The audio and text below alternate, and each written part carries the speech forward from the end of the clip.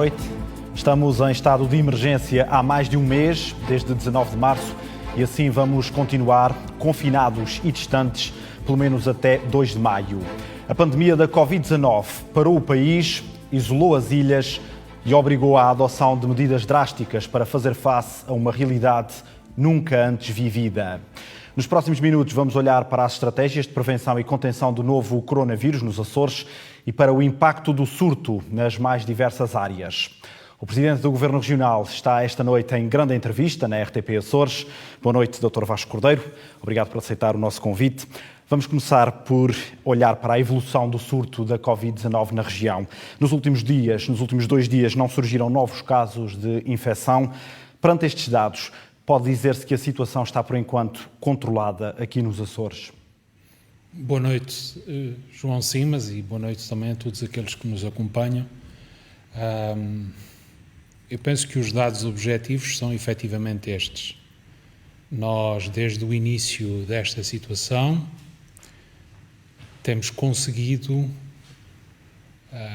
cumprir aquele que era um dos objetivos fundamentais: controlar o máximo possível essa situação, preservar a capacidade de resposta do nosso Serviço Regional de Saúde.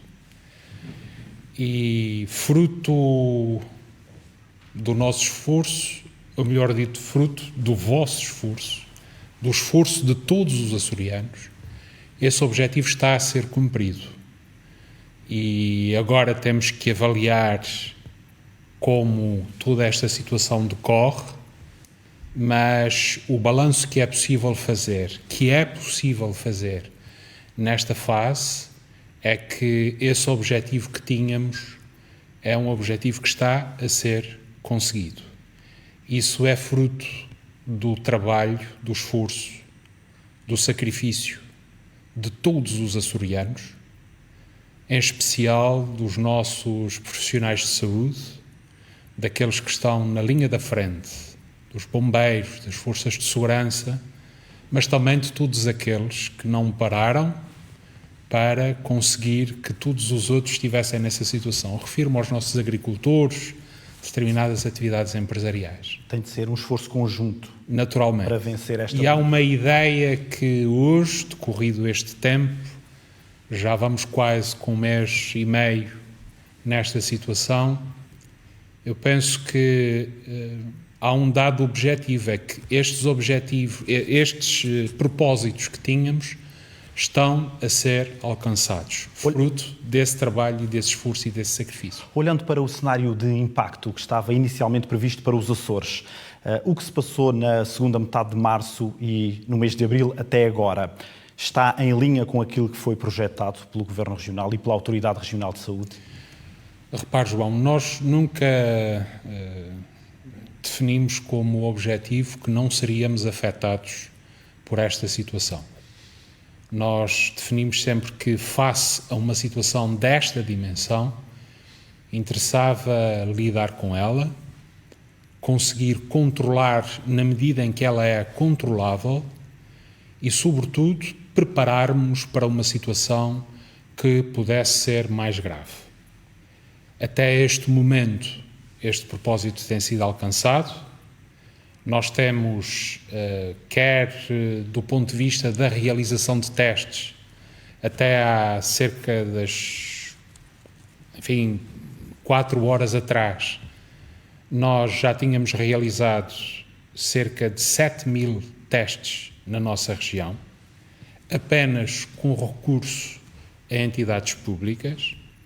Isso dá um rácio de testes sobre a população quase igual àquilo que se passa no território continental, quase 3 vezes mais do que aquilo que está a ser feito na região autónoma da Madeira. Tem havido também um reforço a nível da capacidade de processamento de análises por parte dos 2 laboratórios de referência dos Açores. É verdade. Tem sido um investimento. Já tivemos um máximo de 635 análises num dia.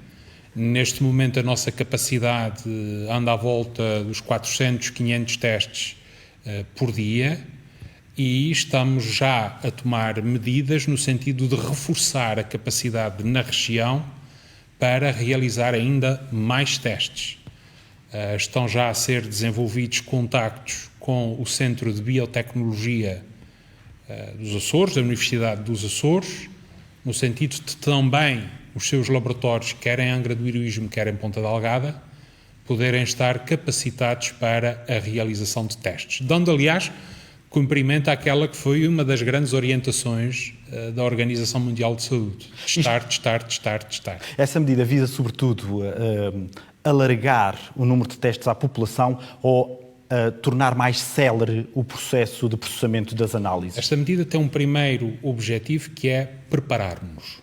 Estarmos, nós, conforme resulta dos dados, estamos na nossa região, do ponto de vista da realização de testes, nós temos cerca de 2,8% da população dos Açores que já foi testada. E temos neste momento uma situação de, no fundo, preparar-nos para aquilo que ainda pode vir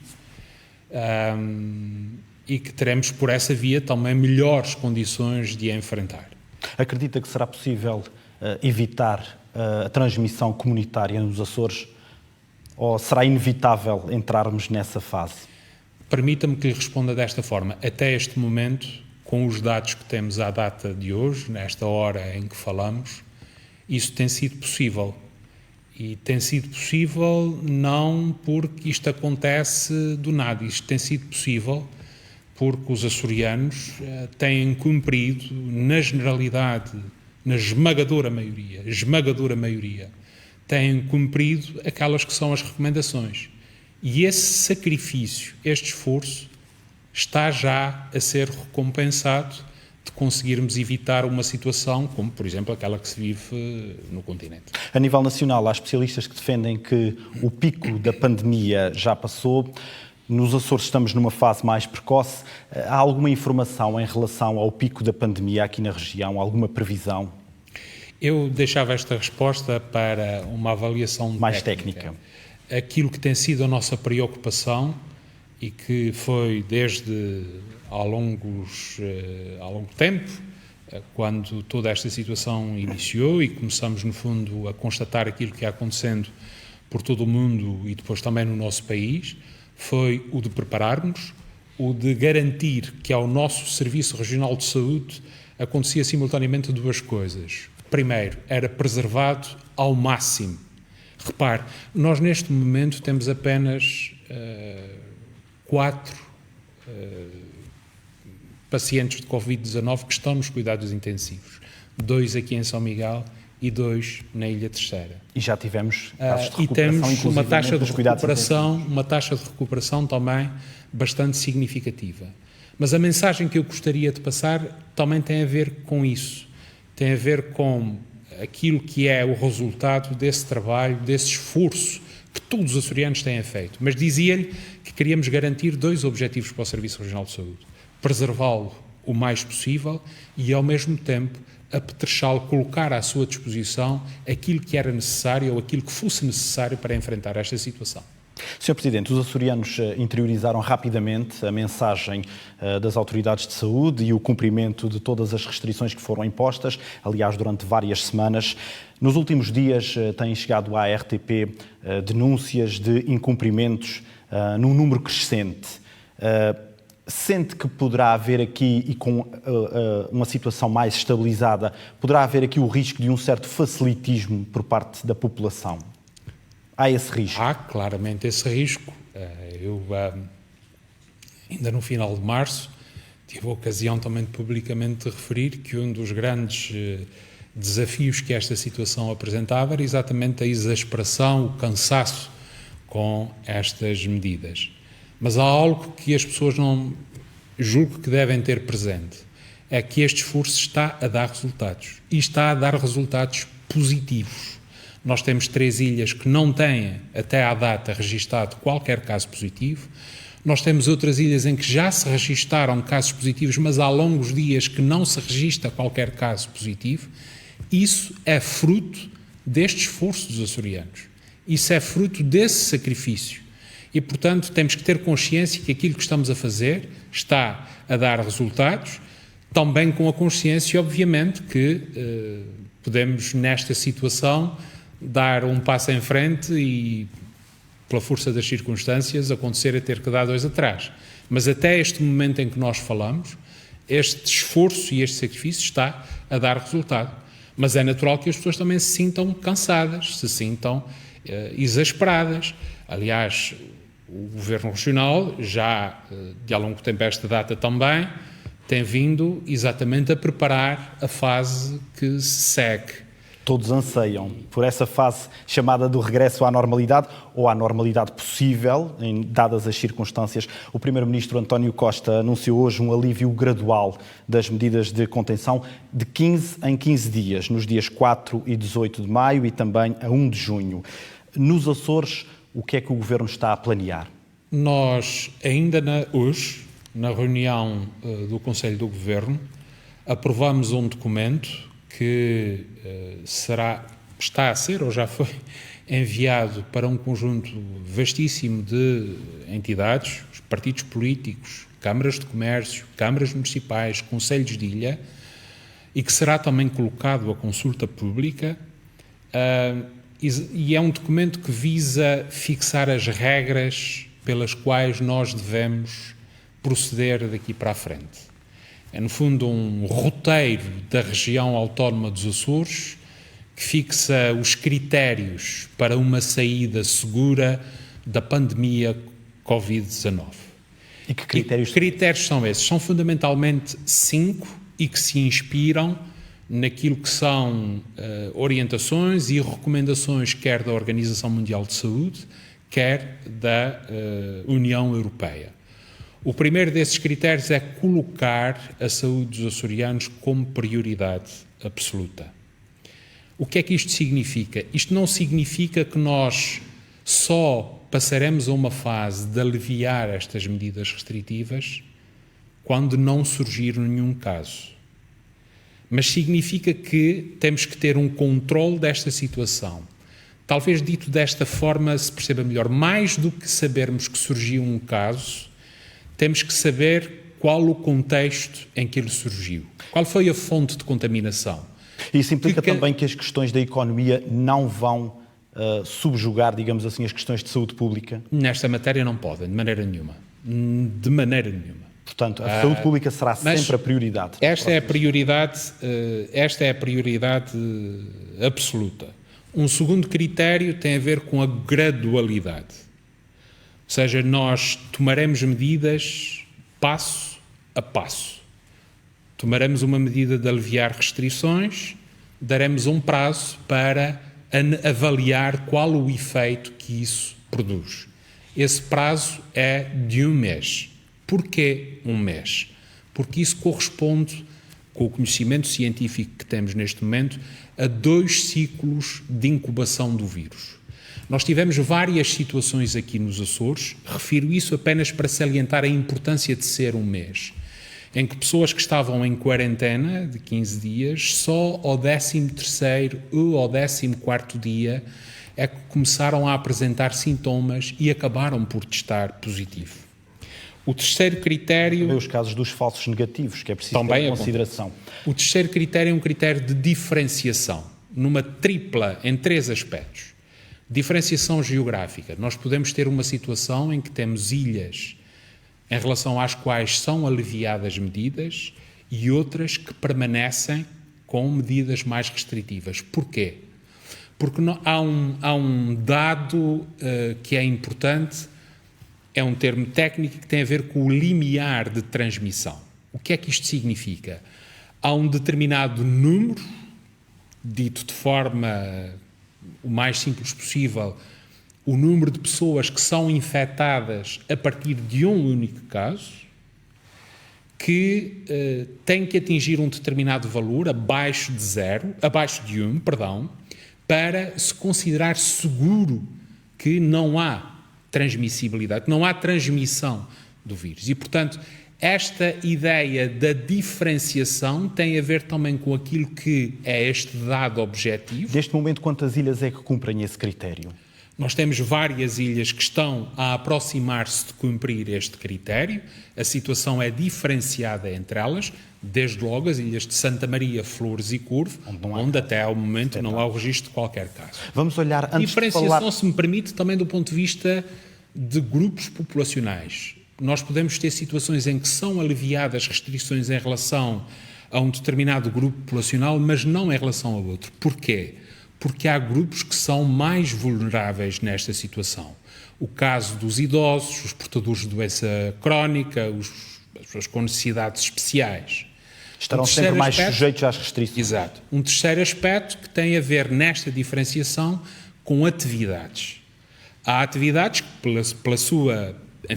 pelo contexto em que decorrem, podem apresentar um maior risco do que outras. E isso também, aí se aplicará uma diferenciação. Um quarto critério que tem a ver com a prevenção. Se nós, repare, João, a pandemia de Covid-19 é fundamentalmente um problema de comportamento. E a partir do momento em que nós aliviarmos medidas restritivas, a nossa sorte depende em maior grau daquilo que é o comportamento de cada um. Poderá haver aqui uma abertura precipitada. É isso que está a tentar dizer. O que eu estou a dizer é que, a partir do momento em que se aliviam medidas restritivas, tem a ver com o comportamento de cada um garantir que continuamos nesse trajeto seguro. Há aqui uma responsabilidade que é pedida às por aí pessoas. que nós também pretendemos lançar várias campanhas de prevenção, reforçar o esclarecimento à população quanto àquilo que é necessário que cada um faça para que todos nós estejamos seguros. E, por último, um critério também relativo à monitorização. E também aqui numa tripla vertente. Monitorização de dados, e, portanto, nós temos que ter sempre presente os dados que estão a surgir para permitir, repare, para dar um exemplo concreto da importância dessa monitorização de dados. Nós podemos ter uma situação em que anunciamos que vamos aliviar uma determinada medida, mas surgem dados mais recentes que obrigam a alterar esta decisão e, inclusive, a recuar nesta decisão. Um segundo aspecto da monitorização tem a ver com os meios e os recursos. Nós estamos já, neste momento, a planear recursos a 3, 6 e a 12 meses, numa situação em que se torna necessário acudir a um surto mais intenso. É também aí, aliás, nessa componente da monitorização de meios e de recursos, que se inclui a questão de reforçar a nossa capacidade de testagem. E, por último, nesse aspecto da monitorização, a questão da transparência. Nós temos feito e continuaremos a fazer, e todos, aliás, um esforço para que as pessoas saibam, tenham consciência por que razão é que estamos a agir de uma determinada maneira, por que razão é que estamos a tomar determinadas medidas e também pretendemos fazê-lo quando decidirmos aliviar estas medidas restritivas. Essa é uma condição essencial, não apenas pelo valor em si mesmo da transparência, mas que as pessoas percebam, ou pelo menos tenham essas condições, tenham essa informação daquilo que devem fazer e até por essa via podermos fomentar a adesão àquelas que vão ser as orientações e as recomendações. Em termos de datas. Estes são os 5 critérios Quanto às que datas, constituem, no fundo, esta abordagem regional a critérios para uma saída segura da pandemia Covid-19. em termos de Quanto a timings, datas, na próxima semana estaremos já no fim do estado de emergência que foi decretado a nível nacional. Nós entendemos que essa será a altura para, de acordo com todos estes critérios, podermos avaliar aquilo que acontece em relação à nossa região no seu todo, a cada uma das nossas ilhas e até, também tem a ver com a diferenciação geográfica, a cada um dos nossos concelhos. Nós podemos ter situações diferenciadas de concelho para concelho numa mesma ilha. O surto chegou mais tarde aos Açores, face ao território continental. Esse desfazamento temporal vai refletir-se no levantamento das restrições ou não necessariamente? Não necessariamente. Poderá haver... Não é propriamente um critério que... Poderá haver coincidência até de datas, comparando com a realidade nacional? A abordagem é diferente. Aliás, há medidas, tirando aquelas que são da competência da República, nomeadamente essa que é, enfim, excepcional, a do estado de emergência, mas pode haver medidas que são tomadas no continente e que nós aqui não seguiremos de acordo com esses critérios. Este aspecto é fundamental. Nós não pretendemos levantar medidas da mesma forma que não as determinamos, apenas porque nos parece que, ou nós achamos que há critérios, e estes são os critérios, e são públicos, serão, se já não são públicos, nomeadamente na página online do Governo Regional, para que esses espaços sejam dados. A questão que lhe falava há pouco do limiar de transmissão, quando é que nós podemos considerar que isso já não constitui um risco, tudo isto são critérios objetivos que estarão na base desta decisão de aliviar medidas. Serve isso para dizer o quê? Serve isto que nós podemos ter a mesma medida levantada no continente, a abordagem é diferente, e mantida aqui na região autónoma dos Açores. Relativamente às medidas, o Governo da República vai decretar, já foi anunciado hoje, a proibição de saída do Conselho de Residência nos dias 1, 2 e 3 de maio.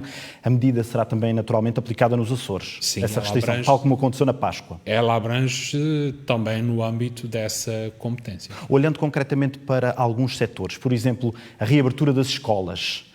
Dentro deste plano, onde é que se insere esta medida de reabertura das escolas? Dentro desses critérios.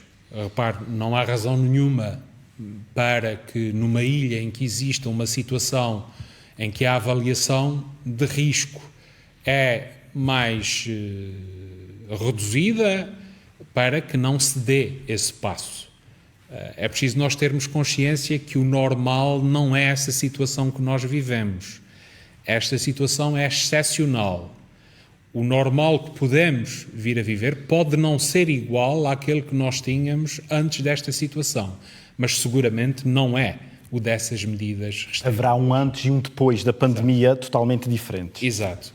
E, portanto, é uma avaliação que será feita, conforme lhe referi, havendo condições do ponto de vista dos dados e da avaliação ao longo da próxima semana, também para coincidindo com aquilo que é o levantamento previsível do estado de emergência e que a seu tempo será tornado público. Eu perguntava a questão das escolas precisamente porque o Governo da República admite que as aulas presenciais dos 11º e 12º anos possam também ser retomadas em maio, tendo em conta que há exames nacionais que devem colocar os alunos do país em pé de igualdade. Para que os alunos dos Açores não sejam prejudicados, teriam também de regressar às aulas presenciais. Naturalmente. E isso em todas as ilhas dos Açores. Naturalmente que esse é um aspecto que está também nessa avaliação.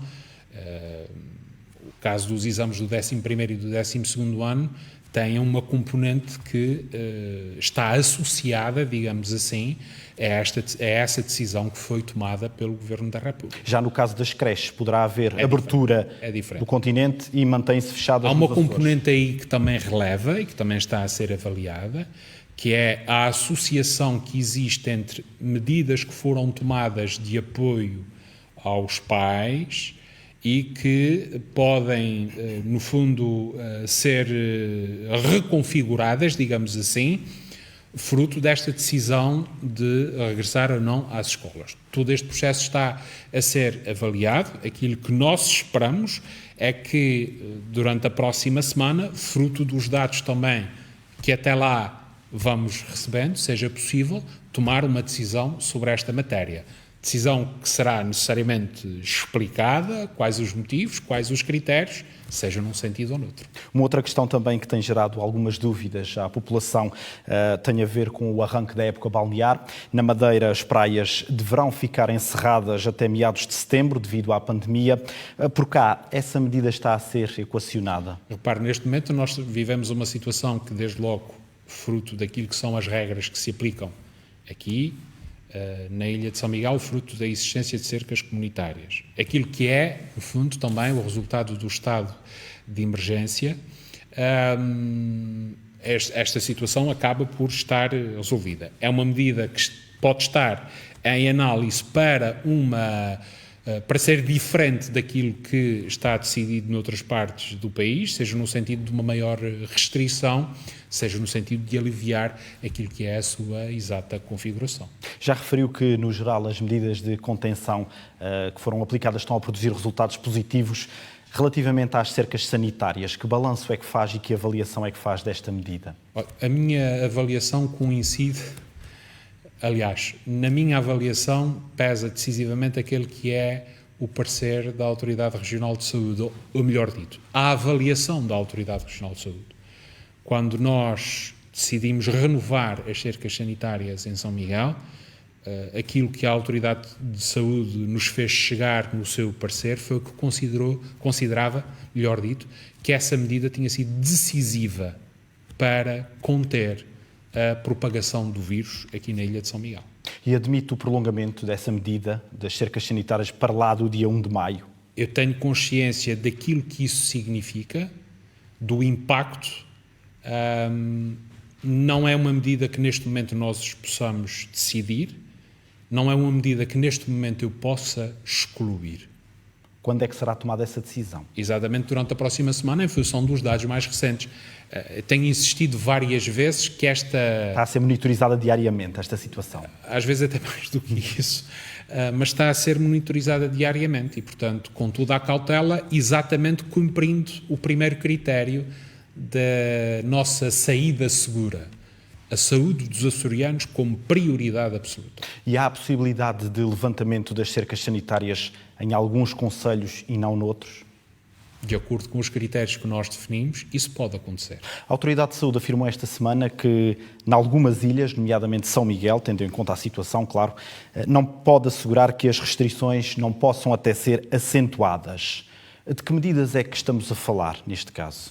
Bom, essas são medidas que, no fundo, possam levar são fruto de uma necessidade de maior contenção, por exemplo, algumas atividades que estariam ou que estão neste momento ainda permitidas e excepcionadas e que poderão ser alvo ou poderiam ser alvo também de uma situação de maior restrição. Mas, conforme lhe digo, isto depende de uma avaliação que é diária, fruto dos dados que nos vão chegando. Sr. Presidente, já vamos mais ou menos a meio da nossa entrevista.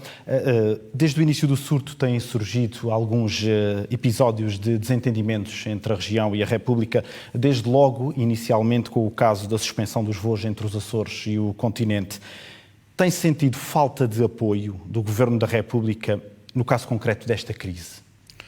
Eu acho que o Governo da República faz aquilo que entende que deve fazer e o Governo Regional faz aquilo que entende que deve fazer.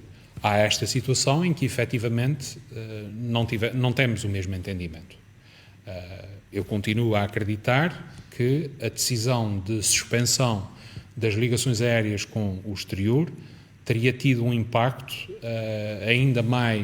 teria tido um impacto significativo na propagação do vírus.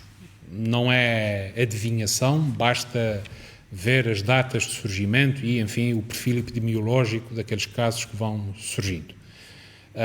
Esta não é uma matéria que, no entender do Governo da República, esteja na competência da região, mas nesta matéria, em toda esta situação, há algo que eu tenho feito o esforço por guiar-me por uma expressão e que é fazer o que se pode, o máximo, com o que se tem e onde se está. E não propriamente preocupar-se se deveria ter sido, nem entrar em discussões estéreis. Mas é um caso Há de haver um momento em que toda esta avaliação certamente será feita. Mas é um caso que afeta as relações entre a região e a República. O que eu gostaria de dizer neste momento é uma situação em que há claramente um entendimento diferente do Governo da República e do Governo Regional dos Açores. Mas não sente que houve aqui um entendimento que prejudicou, digamos assim, os açorianos? Houve um entendimento que, se tivesse sido semelhante àquele que o Governo Regional tem, nós acreditamos que teria evitado, em alguns casos, o surgimento de novos casos de Covid-19 aqui nos Açores. Já falou com o Primeiro-Ministro António Costa sobre esta divergência? diretamente. Os contactos que têm existido, enfim, há vários contactos entre o Governo Regional e o Governo da República. Concretamente em relação a este caso. E há casos em que esse relacionamento decorre com toda a normalidade, na área da saúde, no fundo com a troca de informação, com contactos que se inserem no acompanhamento desta situação. Em concreto, com o Sr. Primeiro-Ministro, ainda não falei. Este episódio de divergência contrasta de forma clara com a solidariedade que foi demonstrada pelo Governo da República quando da passagem do furacão Lourenço. O Governo da República anunciou que iria pagar 85% dos estragos causados, num prejuízo total que ultrapassa os 300 milhões de euros. Pergunto-lhe, o que é que mudou no espaço de 6 meses de uma relação de solidariedade para uma relação de divergência? Repare, eu não vejo a questão dessa forma. A decisão tomada em relação ao furacão Lourenço é uma decisão que é muito meritória. Muito meritória. E aí o entendimento era perfeito? Não sei se alguma vez, de forma tão pronta, tão decidida, houve uma decisão nesse sentido. Essa é uma boa decisão, foi uma decisão do Sr. Primeiro-Ministro António Costa e é uma decisão que, comungando do mesmo partido, e tenho muito orgulho que ela tenha sido tomada. Esta decisão específica em relação à suspensão dos voos, nós não temos o mesmo entendimento. Não é uma história de faca e alguidar, não é um drama, ninguém está a rasgar as vestes por causa disso, mas é claro, há uma diferença de entendimento em relação a isso. Isso parece-me óbvio, notório, evidente. Esta questão dos voos entre a região e o continente gerou também uma polémica com o representante da República. Já disse que este caso está encerrado, está resolvido, já houve o entendimento. O que lhe pergunto é se o relacionamento institucional com o representante da República melhorou desde então, desde o esclarecimento dessa divergência. Peço desculpa, mas eu tenho que fazer uma precisão àquilo que o João acabou de dizer. Eu nunca tive nenhum desentendimento com o senhor representante da República. Há uma fonte não identificada do Houve um mal-entendido, foi isso? Há uma fonte não identificada do gabinete do Sr. Representante da República que proferiu determinadas afirmações que eu considerei, e dei nota pública disso, insultuosas e ofensivas. Eu tenho tido, ao longo deste processo, um relacionamento que, da minha parte, eu considero excelente com o Sr. Representante da República, com toda a disponibilidade da parte dele. Falamos diariamente em relação a diversas matérias, no âmbito desta situação do Covid-19, e, portanto, não houve alteração neste relacionamento entre o Presidente do Governo e o Representante da República. Houve essa situação, uma fonte não identificada, que julgo que está esclarecida. E a situação ficou esclarecida. Este estado de emergência veio reforçar, digamos assim, o relevo político da figura do Representante da República e o seu papel de interlocutor entre a região e o continente e o Governo Central, digamos assim. A minha avaliação é que este estado de emergência veio evidenciar que há alguma coisa que precisa de ser corrigida quando estamos numa situação dessas. Porque, pelo perfil que atualmente tem o cargo de representante da República, parece-me que há outras formas de garantir uma articulação entre executivos, desde logo, nessa matéria. E, portanto, a ter evidenciado alguma coisa, evidenciou isso. Por diversas vezes tem defendido a extinção deste cargo de representante da República. Na situação em que nos encontramos, como é que seria feita, digamos assim, a ligação entre os Açores e o continente? O papel que está, digamos assim, a ser assumido por Pedro Catarino, pela figura do representante da República, seria um papel assumido diretamente pelo Presidente do Governo Regional? Ou pelo Governo Regional, portanto, é uma questão que... Isso tornaria mais eficaz o relacionamento? Isso mais direto? Tornaria, no fundo, um relacionamento mais direto com o Governo da República e o Governo Regional. Mas eu gostava de salientar um aspecto e reforçar uma ideia que já transmiti anteriormente. Com o Sr. Embaixador Pedro Catarino, eu não tenho qualquer nota, nem qualquer exemplo, nem qualquer caso de enfim, ter obstaculizado o que quer que seja ou ter constituído um entrave. Bem pelo contrário. No fundo, tenho tido toda a colaboração do Sr. Embaixador Pedro Catarino. Do ponto de vista daquilo que é a análise em abstrato do cargo dos cargos e da configuração, pois evidentemente parece-me que no futuro teremos que reavaliar essa situação. Este caso em concreto reforçou a necessidade de um aprofundamento dos poderes autonómicos. A autonomia tem de ser repensada? Talvez a nossa conversa até este momento, sobretudo nestes últimos minutos, dê uma resposta clara a essa pergunta. Claro que há situações, eu defendo que, havendo situações como essas em que está em causa a saúde pública, e nomeadamente nesta questão dos voos, porque repare, a pretensão do Governo Regional não era fechar espaço aéreo. A distinção pode ser mínima, mas releva. A questão tinha a ver com a suspensão de voos por razões sanitárias. Por razões sanitárias. Seriam garantidos certamente os casos de força maior. Todas as situações que, do ponto de vista político, surgem a propósito desta matéria. Recentemente verificou-se mais uma divergência, desta vez com a Direção-Geral dos Serviços Prisionais, relativamente ao processo de libertação de reclusos nos Açores, e ao caso dos 2 ex-reclusos que acusaram positivo no teste à Covid-19. Foi só um problema de comunicação com a Direção-Geral dos Serviços Prisionais, ou houve aqui, de facto, um pedido da região que foi recusado? Houve um pedido da região que foi recusado. Isso é óbvio.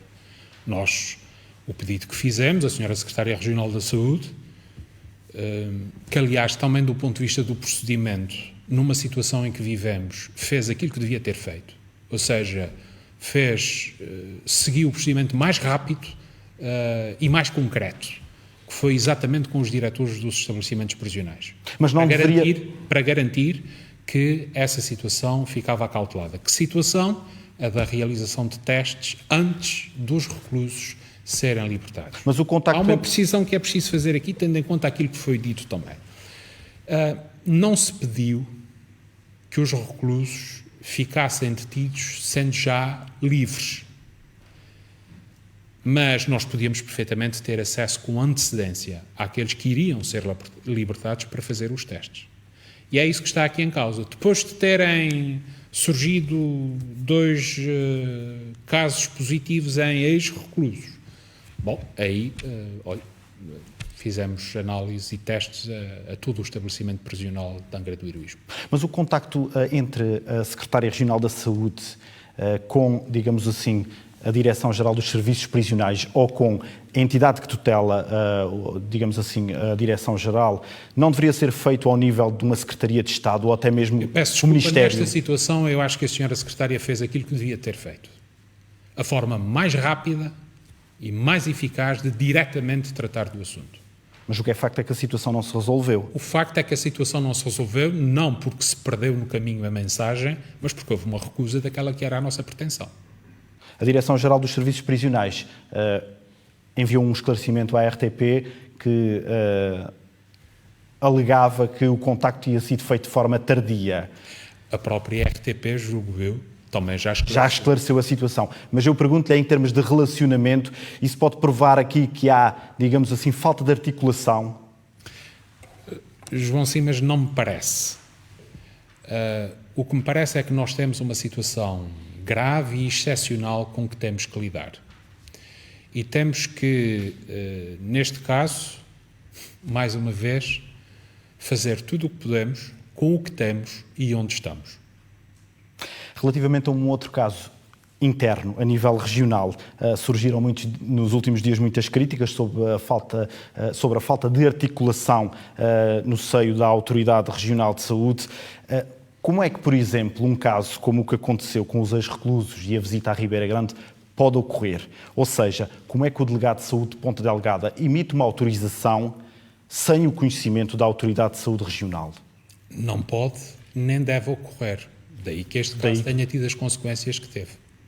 Mas pode garantir que não haverá uma situação... A autoridade local de saúde, ou a autoridade de saúde local, tem também os seus poderes, tem também as suas competências. Insere-se, obviamente, numa estrutura que é dirigida pela Autoridade de Saúde Regional, mas tem as suas competências. Esse caso não devia ter acontecido, teve as consequências que teve e, sinceramente, espero que nunca mais volte a acontecer. Vamos colocar então as divergências de lado e as polémicas de lado. Vamos olhar, por exemplo, para a questão das máscaras, que começam agora a ser distribuídas.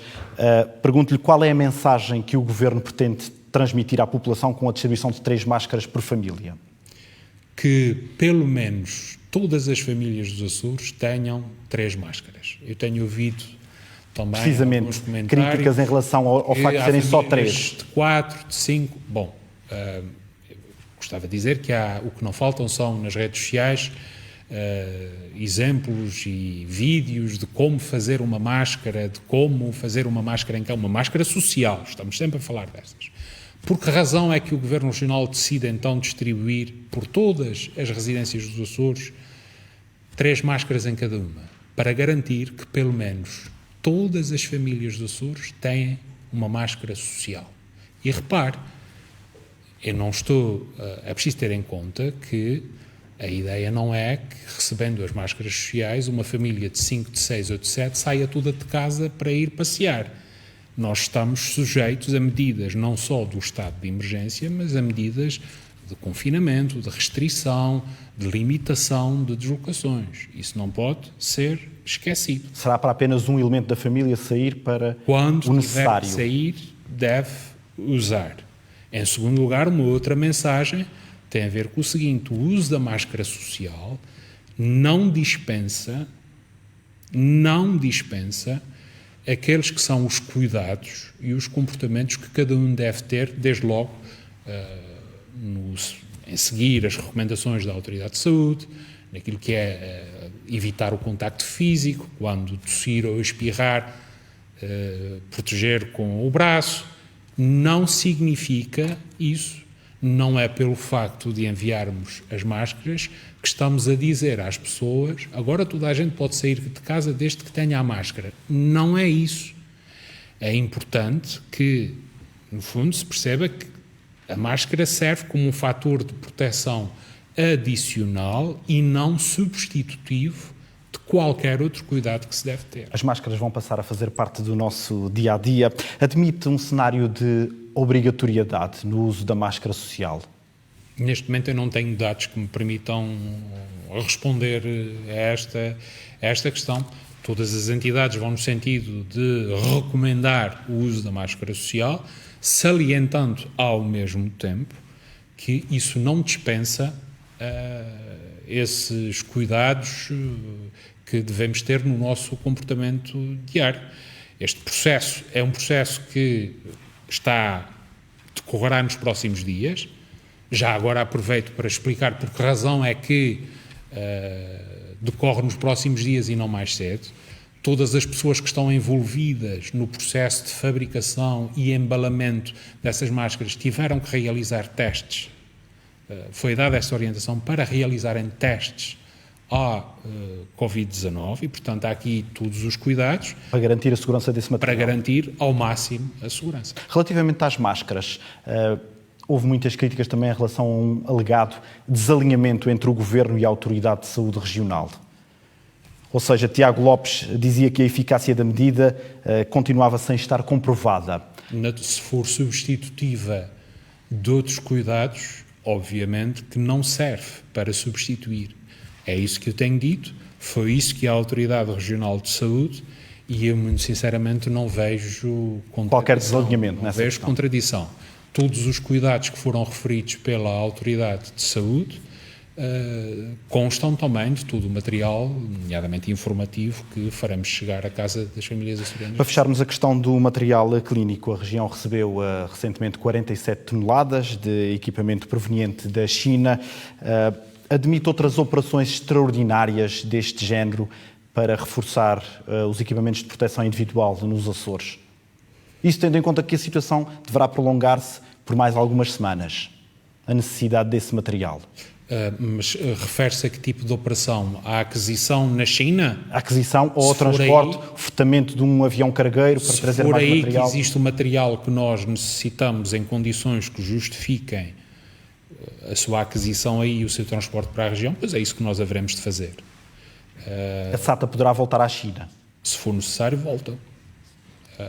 Se for necessário, volta. Aliás, a SATA realizou aquele voo exatamente porque era o meio mais rápido de nós garantirmos que chegava à nossa região material que nós necessitávamos. Não foi um exercício apenas por ser a SATA. E, portanto, obviamente que teve os seus custos, mas aquele era material que era necessário e o recurso à SATA foi a forma de garantir que aquele material chegava cá o mais rápido possível. Entretanto, já veio material num avião cargueiro, porque era possível, com outra capacidade de carga, que foi fretado, que não da SATA, e se houver condições para vir material por via marítima, pois é por aí que ele virá. O que não, esse exercício que lhe referi há pouco, daquilo que temos feito, do planeamento a 3, a 6 e a 12 meses, tem a ver também exatamente com essa componente de garantir que toda esta cadeia está a funcionar para que nada falte ao nosso Serviço Regional de Saúde. Olhando agora diretamente para o caso da SATA, a Secretária Regional dos Transportes já revelou que ainda não está quantificado o impacto desta crise nas contas da SATA. O que é certo é que vai agravar a situação financeira do grupo e impedir a concretização das metas que tinham sido definidas ao nível da redução dos prejuízos. O que é que poderá ser feito, tendo em conta agora este agravamento das dificuldades financeiras do grupo SATA? O que é que poderá ser feito para salvar a SATA nas próximas semanas? Há alguma estratégia pensada? Bom, nas próximas semanas dá a ideia que... Pelo menos até 15 de maio não será, porque a operação está suspensa. Há um conjunto de medidas de apoio financeiro que foram decididas ao nível europeu, quer de alteração de regulamentação europeia que permitem também determinado tipo de medidas, quer ainda medidas regionais de reforço do seu capital social, que de qualquer das formas não tem apenas a ver com esta situação, mas que estava também já planeado, e que quer o Conselho de Administração da SATA, quer a sua tutela funcional, Secretaria Regional dos Transportes e Obras Públicas, quer a tutela financeira, Vice-Presidência do Governo, estão a avaliar e que naturalmente recorreremos a todas as medidas que sejam adequadas e úteis para garantir a continuidade da SATA. Neste momento a SATA tem mais de 1000 trabalhadores em layoff. O Dr. Vasco Cordeiro já disse publicamente, em entrevista ao Açoriano Oriental, que o Conselho de Administração tem carta branca para apresentar as medidas que entender como necessárias. A possibilidade de despedimentos... Peço desculpa, João Simas, mas é importante localizar temporalmente essa declaração. Essa entrevista foi antes do surto da pandemia, de Covid-19. Exatamente. Mas o que lhe pergunto é se a possibilidade de despedimentos na SATA é agora mais real e poderá ser um cenário a equacionar num futuro próximo. Permita-me que lhe responda dessa forma. Nós faremos tudo o que for possível para evitar essa situação. Tudo o que for possível para evitar essa situação. Mesmo a nível da redução de pessoal. E quando falo da redução de pessoal, falo, por exemplo, de rescisões e de saídas para pré-reformas. Pode haver situações de não contratar temporariamente, sazonalmente, pessoal que seria necessário. Esta é uma outra situação. Mas a resposta que lhe dei anteriormente é a resposta que mantenho face a essa situação. Terá a ver com o plano de reestruturação que será definido para a própria SATA? Tem a ver com a forma como se lida com uma situação em que por todo o mundo, há muitas companhias a fechar. Atrás de companhia, isso não tem a ver propriamente com uma situação de posicionamento futuro. Isso, porque também não podemos ignorar essa parte. O que é que está a acontecer neste setor por todo o mundo? E julgo que...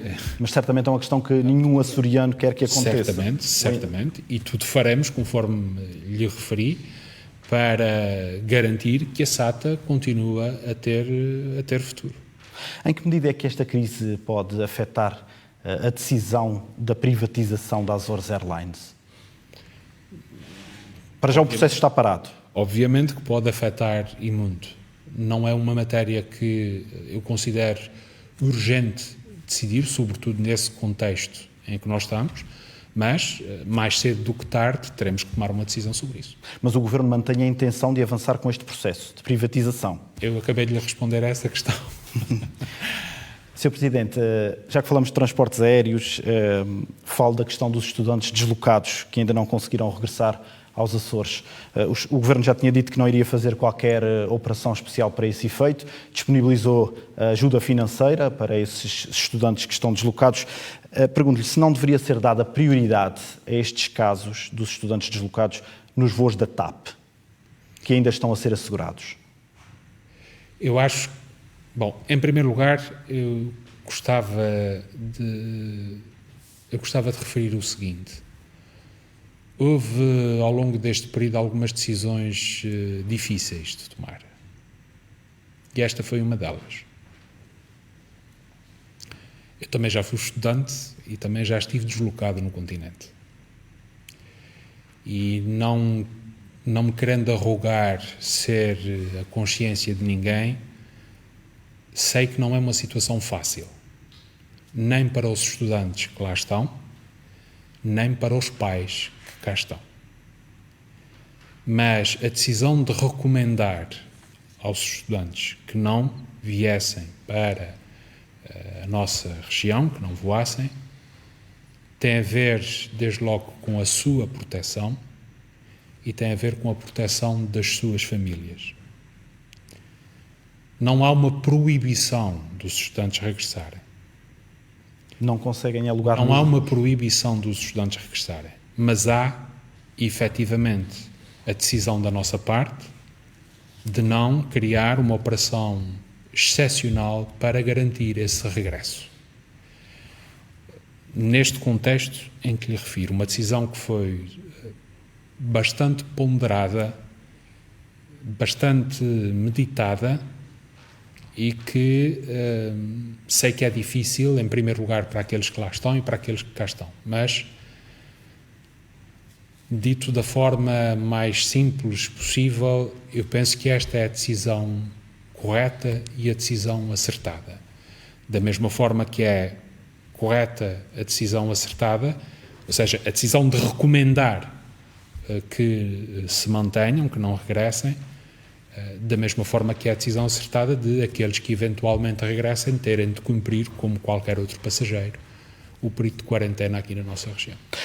O Governo anulou o concurso para a construção de um navio de transporte de passageiros e viaturas e direcionou esse montante para o reforço do financiamento da saúde e também para as medidas de apoio à dinamização da economia. Há outros investimentos que estão previstos e que poderão ser cancelados em benefício das questões da saúde e da economia. É uma matéria que também é avaliada periodicamente. Não é algo que estejamos na iminência de acontecer, porque é preciso também ter consciência que o investimento público é uma componente importante da nossa economia e que será também necessário para relançar e reativar a nossa economia. E, portanto, é nesse contexto que esse acompanhamento está a ser feito. Mas não descarta essa possibilidade? Neste contexto, não temos a necessidade, ou não temos visto a necessidade de recorrer a essa medida, enfim, em relação a outros investimentos. Na situação que vivemos, a prioridade tem que ser exatamente a de ter condições para, dentro dos nossos recursos, mas conseguir garantir que nada falta ao nosso Serviço Regional de Saúde. Ainda em termos de economia, o Governo avançou com várias medidas de apoio às empresas. Já este mês disponibilizou um apoio de 100 milhões de euros para a manutenção de postos de trabalho, que está desde logo condicionado à manutenção dos postos de trabalho das empresas até ao final do ano. Acredita que será possível evitar uma derrapagem dos valores do desemprego para os 2 dígitos? Esta situação... Eu recordo que os Açores fecharam 2019 com uma taxa de desemprego de 7,9%. Até é um dado mais atualizado. Os dados do Instituto do Emprego e Formação Profissional relativos a março, se não me falha a memória, ou fevereiro, dão conta. Os Açores foram a única região do país que desceu nas duas variações, na mensal e no homólogo. Não nos iludamos. Estarmos afetados, estarmos, no fundo, sob o efeito também de toda esta situação da pandemia Covid-19, não tem a ver apenas com o número de casos que surgem, lamentavelmente com os óbitos que também já surgiram na nossa região, tem a ver com trabalhadores, tem a ver com empresas, tem a ver com famílias que veem a sua vivência diária bastante afetada.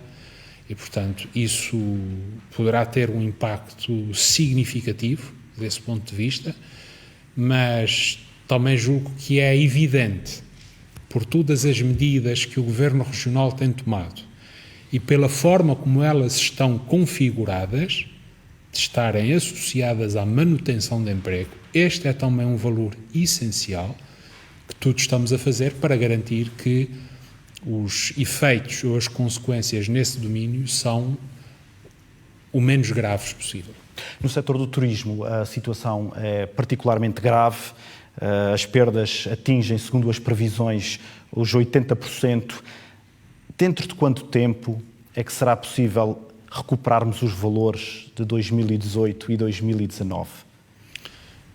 João, sim, mas quem lhe responder a essa pergunta não está a ser É a pergunta de $1 milhão. Nós temos que atender que no caso do setor do turismo não tem a ver apenas com a nossa situação. Tem a ver com a situação dos mercados com que trabalhávamos. Os Estados Unidos está a seguir o trajeto que é público. Na Europa há países que eram mercados emissores de turismo para os Açores e que estão também a atravessar uma situação complicada, digamos assim. E, portanto, aí isso não tem a ver apenas connosco, tem a ver também com os mercados emissores. Mas para já a estratégia passa por estimular o turismo interno na região.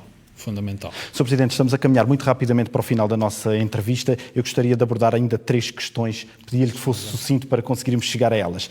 Relativamente às comemorações do 25 de Abril, na Assembleia da República, a realização da sessão solene gerou alguma polémica pelo número de participantes.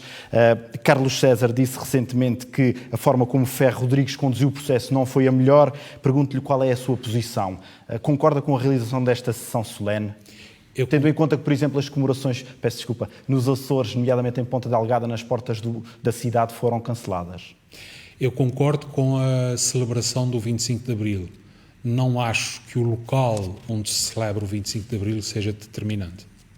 Ou seja, na Assembleia da República, a Assembleia da República poderia ter... Eu não vou celebrar o 25 de Abril na Assembleia da República, mas faço tensões de celebrar o 25 de Abril.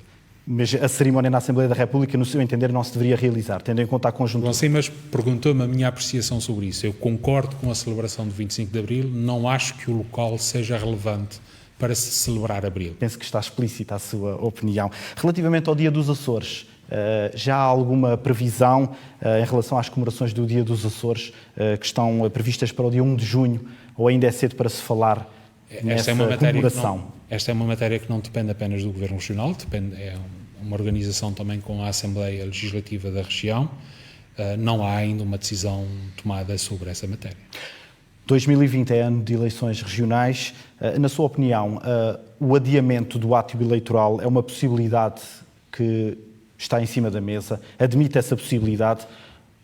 É claro que a decisão será tomada pelo Presidente da República, mas, no seu entender, seria uma decisão sensata adiar o ato eleitoral nos Açores? Eu não vejo por que razão é que se há de adiar o ato eleitoral se não estivermos numa situação, por exemplo, de estado de emergência ou de medidas restritivas de circulação. Mas caso essas medidas existam... Mas, mais uma vez, eu refiro, o normal não é esta situação que nós estamos a viver. Esta é uma situação excepcional. E, portanto, se nós não estivermos nessa situação excepcional em que estamos hoje, estado de emergência, medidas restritivas, eu não vejo razão nenhuma para que as eleições não se realizem. Eu perguntava isso porque, segundo os especialistas, está prevista uma segunda vaga do novo coronavírus no próximo outono e que poderá coincidir com a realização. Até das segundo eleições. esse argumento, esse é um argumento até para antecipar as eleições, não para adiá-las. Sr. Presidente, uma última questão. Qual foi a decisão mais difícil que tomou nestas últimas semanas? Como lhe referi há bocadinho, essa dos estudantes, julgo que será talvez aquela que custou mais e talvez a relativa ao navio cruzeiro que pretendia atracar na região. Dr. Vasco Cordeiro, o nosso tempo está esgotado, infelizmente. Muito obrigado por ter vindo à RTP Açores. Foi um prazer conversar consigo. Foi a grande entrevista ao Presidente do Governo Regional numa altura em que enfrentamos a maior crise do século XXI. Obrigado também a si pela preferência e pela confiança. Boa noite, fique bem, faça da saúde de todos a sua prioridade.